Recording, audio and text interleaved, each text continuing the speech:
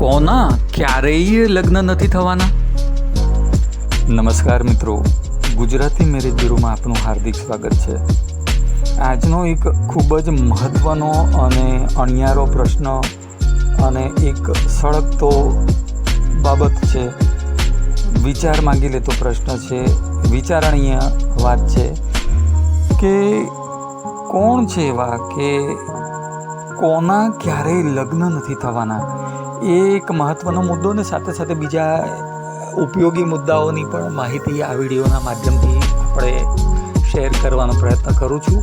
તો પૂરો વિડીયો ધ્યાનથી જોજો, સાંભળજો, જેથી ક્યાંક ને ક્યાંક તમારા માટે કે તમારા ફેમિલી કે કોઈ પણ સગા સંબંધી મિત્રો માટે પણ ઉપયોગી થઈ શકે. કોઈક વાત ક્યાંક એવી વાત હોય કે જે આપણને આપણું કામ કરવામાં મદદરૂપ પણ થઈ શકે.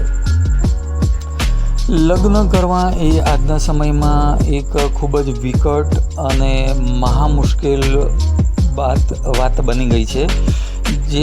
કોણ એવા લોકો છે કે એમને એવી ચિંતા નથી, અને ઘણા એવા પણ છે કે જેમને ખરેખર ચિંતા કરવી પડે છે, અને ઘણાનું એવું થતું હોય છે કે ચિંતા કરે કે ના કરે એમાં કોઈ ફરક પડવાનો નથી. લગ્ન લાયક ઉંમર થાય એટલે એવા લોકો માટે તો સારું જ છે કે જે લોકો પોતે ભણતા હોય અને કામ ધંધાની લાગી જાય અને યોગ્ય નોકરી ધંધો કરતા હોય, લગ્ન લાયક ઉંમર થાય અને સાથે જ લવ મેરેજ કરી લે. કોઈ પાત્ર પસંદ પડી જાય, એકબીજાને અનુકૂળ હોય અને નસીબ સારા હોય તો એમના ઘરવાળા પણ બંને પક્ષના માની જતા હોય, ત્યારે એ લોકો ખુશી ખુશી એમના લગ્ન થઈ જાય એટલે એમની તો ચિંતા છે જ નહીં. એટલે લગ્ન માર્કેટમાંથી તો એ પાત્ર ઓછું જ થઈ ગયું. એક એ સારો છોકરો પણ ઓછો થઈ ગયો અને એક સારી છોકરી પણ ઓછી થઈ ગઈ.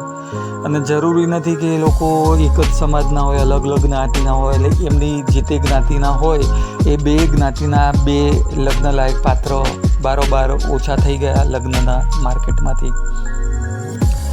એ સિવાય ઘણા લોકો એવા પણ છે કે જેમને હવે એક નવો જે સમાજનો ખરાબ કહો કે સારું કહો, માનો કે ના માનો, પરંતુ લોકો લિવ ઇનમાં પણ માનવા લાગ્યા છે. કારણ કે ઘણા બધા લોકો કિસ્સાઓ આપણે જોઈએ છે, સાંભળીએ છીએ કે લગ્ન પછી તકલીફો થાય, છૂટાછેડા થાય, ક્યાંક તો ન બનવાની ઘટનાઓ બની જતી હોય, ગુના થઈ જતા હોય. એટલે અમુક લોકો તો પોતાની કારકિર્દી ઉપર જ એટલું મશગુલ બની જાય છે, ધ્યાન આપે છે કે એ લોકોને લગ્ન કરવાનો સમય નથી હોતો અને પછી એમની લગ્ન કરવાની ઈચ્છા મરી પરવારે છે. અને એમાં જ બીજો વર્ગ એવો છે કે જે આપણે હમણાં કહ્યું તેમ કે લગ્ન અને સમાજની જે બધી સાસુ વહુઓ, સસરા, દિયર, જેઠ, માથાકૂટો, એ બધી તકલીફો, દહેજ, એવા બધા કુરિવાજો અને કુપ્રથાઓ અથવા તો ખોટા કિસ્સાઓ બનેલા સાંભળેલા હોય તો ઘણાનો વિશ્વાસ ઉઠી ગયો હોય, તો એવા લોકો પણ લગ્ન કરવા કે જંજાળમાં પડવા માગતા નથી. એટલે એ લોકો તો લિવ ઇનમાં પણ રહેવાનું શરૂ કરી દેતા હોય છે. એટલે કે પોતે છૂટા, સામેવાળાએ છૂટા, મનગમતા પાત્ર સાથે રહેવાનું અને મન થાય ત્યાં સુધી રહેવાનું. કોઈ કાયદાકીય જવાબદારી નહીં. જોકે કાયદાએ હમણાં એક રૂપરેખા નક્કી કરી છે કે લિવ ઇનમાં રહેતા હોય એમને પણ જવાબદારીની મર્યાદાઓ અને એમને નિયમોમાં બાંધવાનો પ્રયત્ન કર્યો છે, જે એક સારી બાબત છે. પરંતુ છતાંય જે લોકોને લગ્ન સંસ્થામાં બંધાવવું જ નથી એને પછી લિવ ઇનમાં કાયદાઓ હોય તો પણ તે લોકો પોતાની મરજીથી જ કોઈ વિવાદ વગર છૂટા પડતા હોય કે સાથે રહેતા હોય, પરંતુ એ કોઈ મર્યાદામાં બંધાવા માગતા નથી. એટલે જે લિવ ઇનમાં રહેવા માગતા હોય એ પણ લગ્ન માર્કેટમાંથી ઓછા થઈ ગયા. બીજું કે આજના સમયમાં બહેનો પણ સારું ભણે છે, છેલ્લા ઘણા વર્ષોથી સારી કારકિર્દી બનાવે છે, સારું એવું કમાય છે. તો જે મોટાભાગના અમુક રૂઢિવાદી પરિવારોમાં આપણે સાંભળતા અને જોતા આવ્યા છે, ખોટા રિવાજો અને ખોટી પ્રથાઓ કે ખોટા કિસ્સાઓ પણ બનતા હોય છે.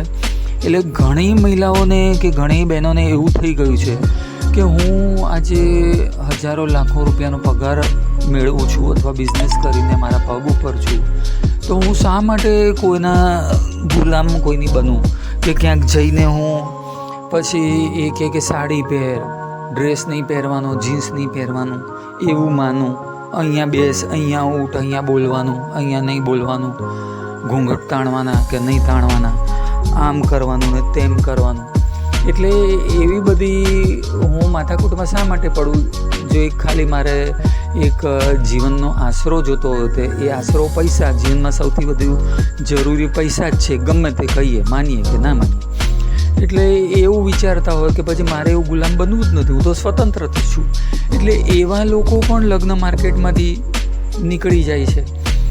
અને એ સિવાય સૌથી મહત્ત્વનો અને સૌથી જરૂરી, સૌથી સળગતો અને ચિંતા માગી લેતો પ્રશ્ન, વિચાર માગી લેતો પ્રશ્ન કે જન્મદર.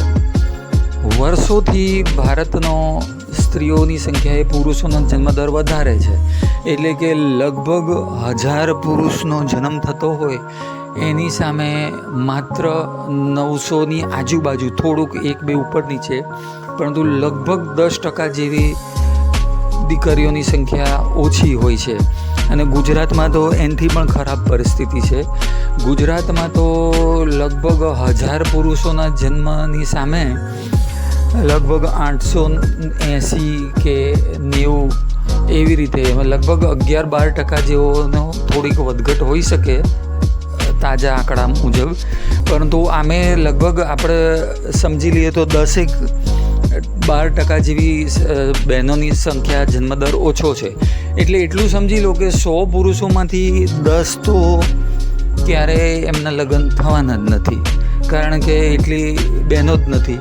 હવે આ બધી ગણતરી તમે માંડો તો જો પહેલાં જ 100માંથી 12 સ્ત્રીઓની સંખ્યા ઓછી છે, એટલે 100 પુરુષોમાંથી 12ના તો એમે ક્યારેય લગ્ન નથી થવાના.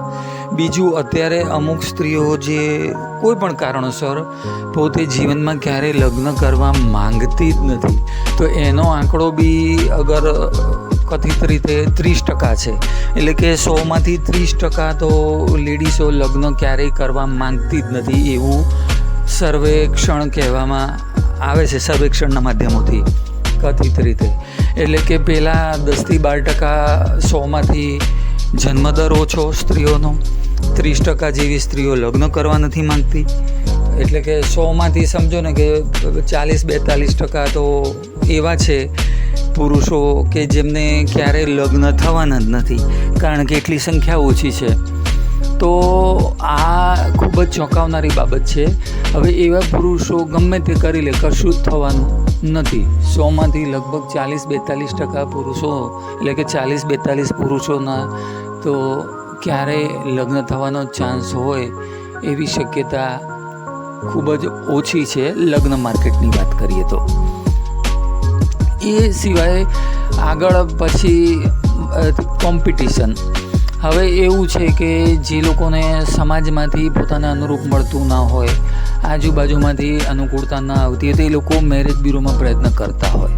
હવે મેરેજ બ્યુરોમાં તમે જાઓ એટલે દરેક મેરેજ બ્યુરો લગભગ ફ્રી ઓપ્શન આપે છે, પરંતુ અમુક નહીં પણ મોટા ભાગના એવા હોય છે કે જેમને ફ્રી ઓપ્શન, મફત ઓપ્શન છે, તો એની બી એક નિયમ હોય છે, એની એક રૂપરેખા હોય છે કે મફત હોય ઓપ્શન તો એના માટે તમારે શું કરવાનું, કેવી રીતે કરવાનું એ કોઈને શીખવું નથી, જાણવું નથી, મહેનત કરવી નથી.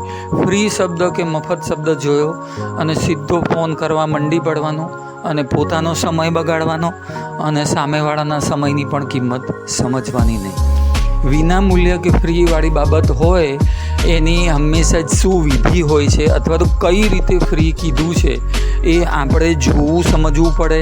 એને માટે થોડીક શીખવું પડે, જાણકારી મેળવવી પડે. અને એ કંઈ મેરેજ બ્યુરોવાળા કોઈને શીખવવાના ના હોય, એ આપણે જાતે જ મહેનત કરવી પડે, જાતે જ જોવું પડે, વાંચવું પડે. એને લગતા વિડીયો મૂકવામાં આવ્યા હોય એ બધા વિડીયો જોવા પડે, એમાં શું કહેવામાં આવ્યું છે એની કોશિશ કરવી પડે સમજવાની. આપણને ન ખબર પડે તો આપણે આજુબાજુમાં જે કોઈને ખ્યાલ આવતો હોય, આપણા મિત્રો, સગા સંબંધી, કુટુંબમાં, ફેમિલીવાળા, એમને પૂછવાનું હોય. પરંતુ ના, એવું કોઈને શીખવું, સમજવું કે મહેનત કરવી નથી, પણ ફક્ત ને ફક્ત સમયનો બગાડ કરવો છે અને સમયની કિંમત સમજવી નથી. તો એ વસ્તુઓને ધ્યાન આપવાની જરૂર છે. એ સિવાય બી હંમેશા લગ્ન છતાંય ચિંતા કરવાની બાબત એ નથી, પરંતુ મહત્ત્વની બાબત એ છે કે હિંમત ન હારવી.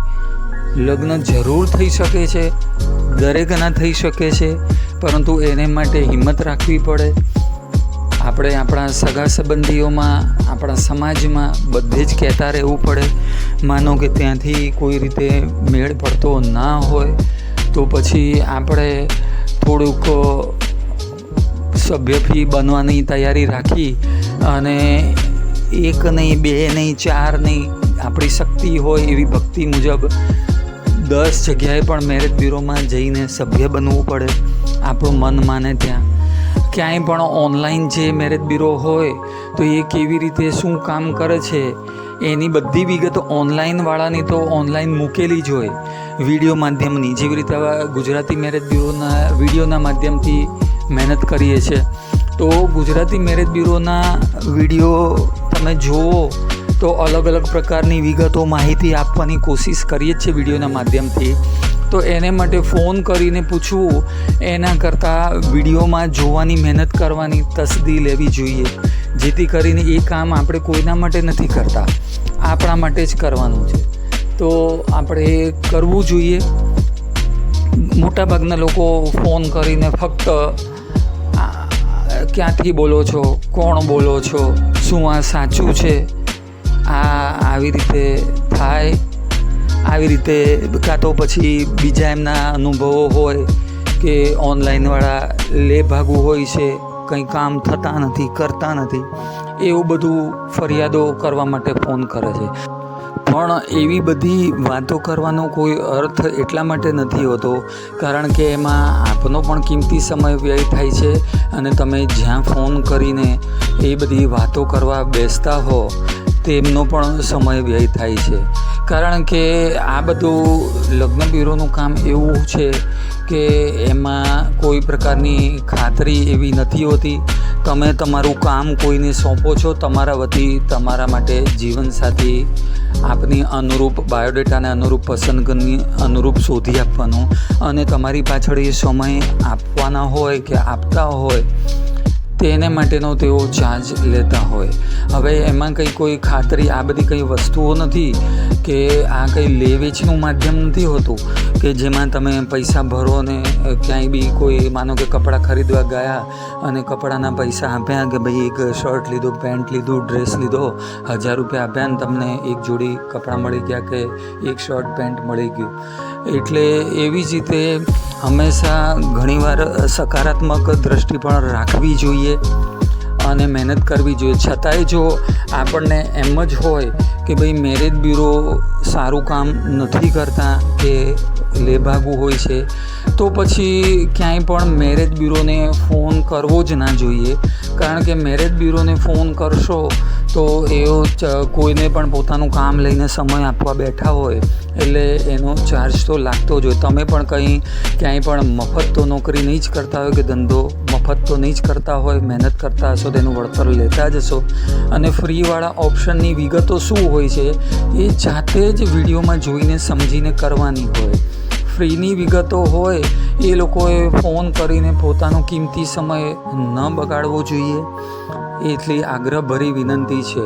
બાકી તમે હૃદયપૂર્વક મનથી મહેનત કરો, સમાજમાં મહેનત કરો કે પછી કોઈ પણ અલગ અલગ માધ્યમોથી મહેનત કરો તો લગ્ન કરવા એ કંઈ અઘરી પણ બાબત નથી.